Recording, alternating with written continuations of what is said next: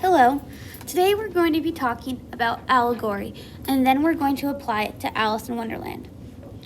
After this lesson, you guys are going to start on a graphic organizer that's going to help you begin your essay. The reason we're doing this is because it aligns with two of our standards, looking at the theme and citing text evidence. So what is an allegory? You hopefully already watched this video that explains it. If not, you can go ahead and watch it linked in your notes.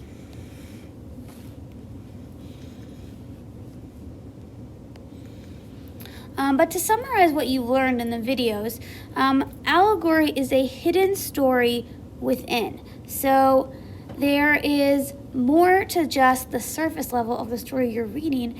It has something to do with politics, religion, maybe social changes, morality, but they're tough, complex subjects that are hard to understand directly.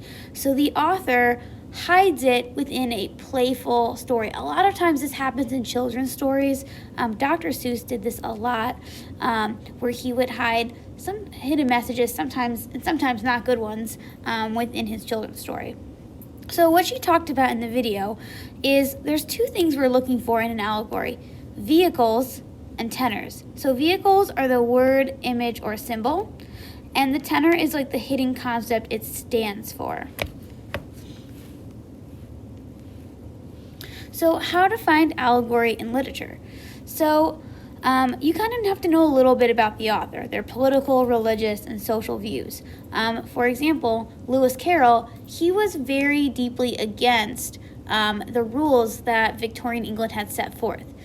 Victorian England was very set on being politically correct. You had to basically live your life in the church by the book, and children were expected to be seen and not heard, and grow up very quickly with their education. And he didn't really like that. Yes, he was in the seminary. He did, have a job for the church, but he still believed in the magic of childhood and that children were forced to grow up too quickly. And that is what his book is about.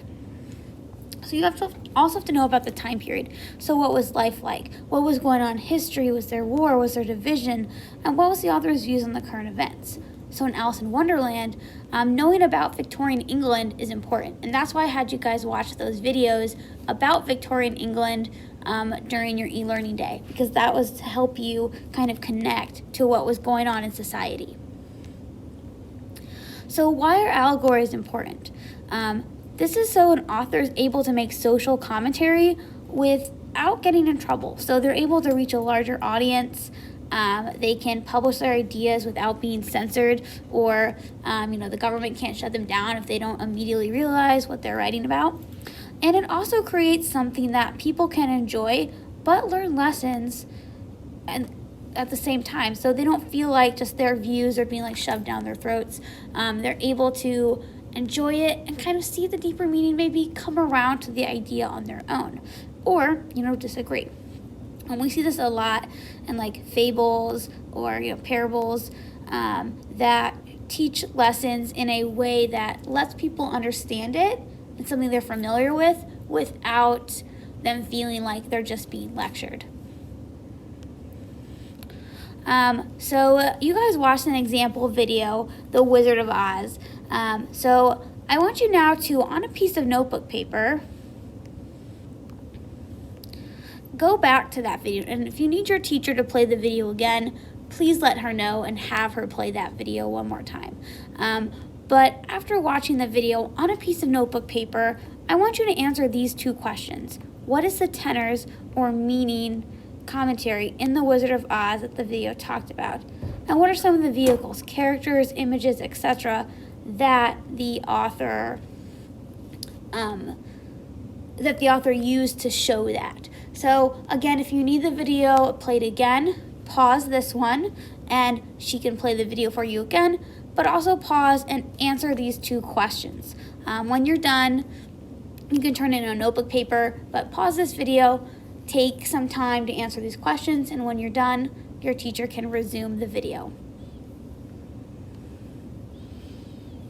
So I hope you guys were able to review that video and analyze that video. But next we're going to be talking about your next task. You guys are going to be looking at Alice in Wonderland as an allegory for the difficulties of growing up in the Victorian era in Victoria, England. So you might need to do a little research on Victorian England to help you with this, but again, it's going to help us focus on our standards connecting to the themes and seeing how they develop, as well as citing text evidence. So let's talk about the symbols in Alice, or the vehicles that help us see what Lewis Carroll is trying to communicate. So Alice in Wonderland is an allegory that is made up of symbols, or the vehicles, to teach us a lesson about childhood and growing up. So Alice in Wonderland as a whole is an allegory for moving from childhood to adulthood. Alice represents childhood or children in general, and Wonderland represents adulthood in the adult world. And this story contains a lot of vehicles that help us explore this. So some of the vehicles that we see are the white rabbit, the cakes, the drinks, and the mushroom pieces. Alice's size changes and her inability to control those. Her wanderings through the garden, her encounter with the mouse, the pool of tears, and the animals after the caucus race, the caterpillar, the Duchess, the Cheshire Cat, the Mad Tea Party, the Mad Hatter and the March Hare, the Queen of Hearts, and the beheadings that she does. All of these characters play a role and are a vehicle to a deeper meaning about what it means to grow up. Some of these characters might act as a guide. Some of these things might be what it's like to grow up. Maybe someone represents Queen Victoria and his opinions on that. But that's what you want to be thinking about, is what do these vehicles here represent? What are the tenors or the meanings that they have in this commentary on what it means to grow up in Victorian England? Next, I'm going to have you guys do a little exercise just to think about what perspective this Lewis Carroll is going for. So what you're going to do is, in a few minutes, you're going to choose a note card. And on your note card, you're going to answer the question and include one example or direct reference to the novel. It doesn't have to be a direct quote.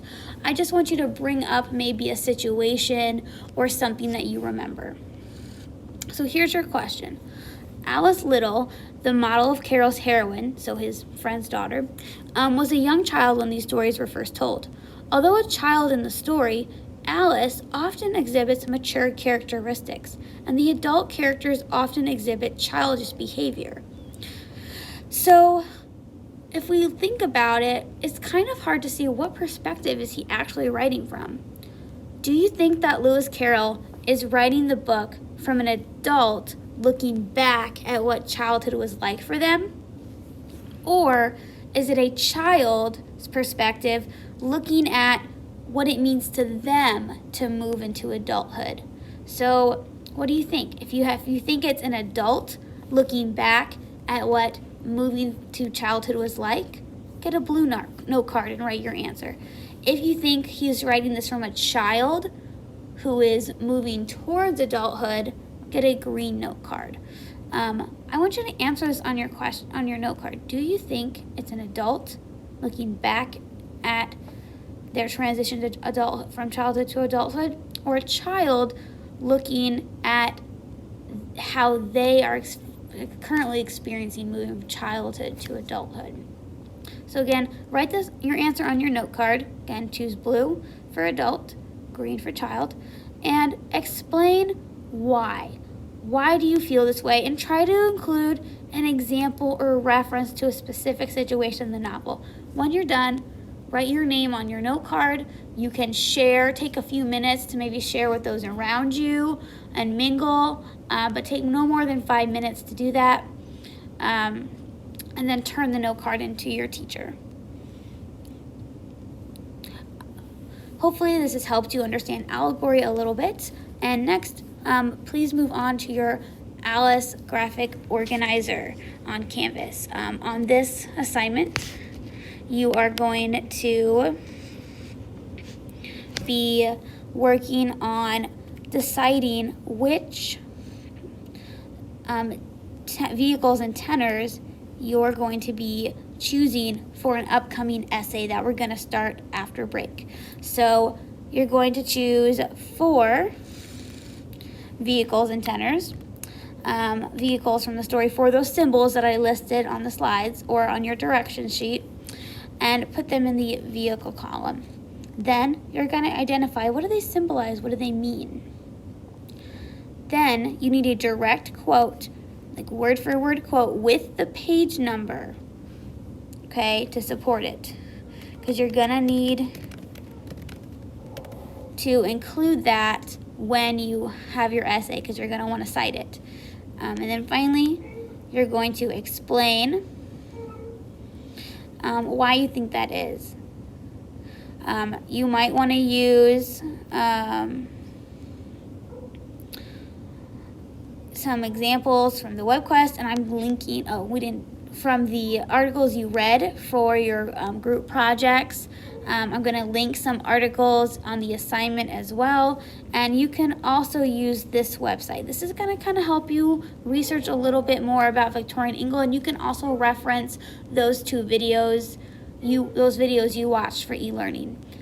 Please come see me if you have any questions, but you need to have your 4 vehicles and tenors chosen by the time we come back from fall break so you can start your essay.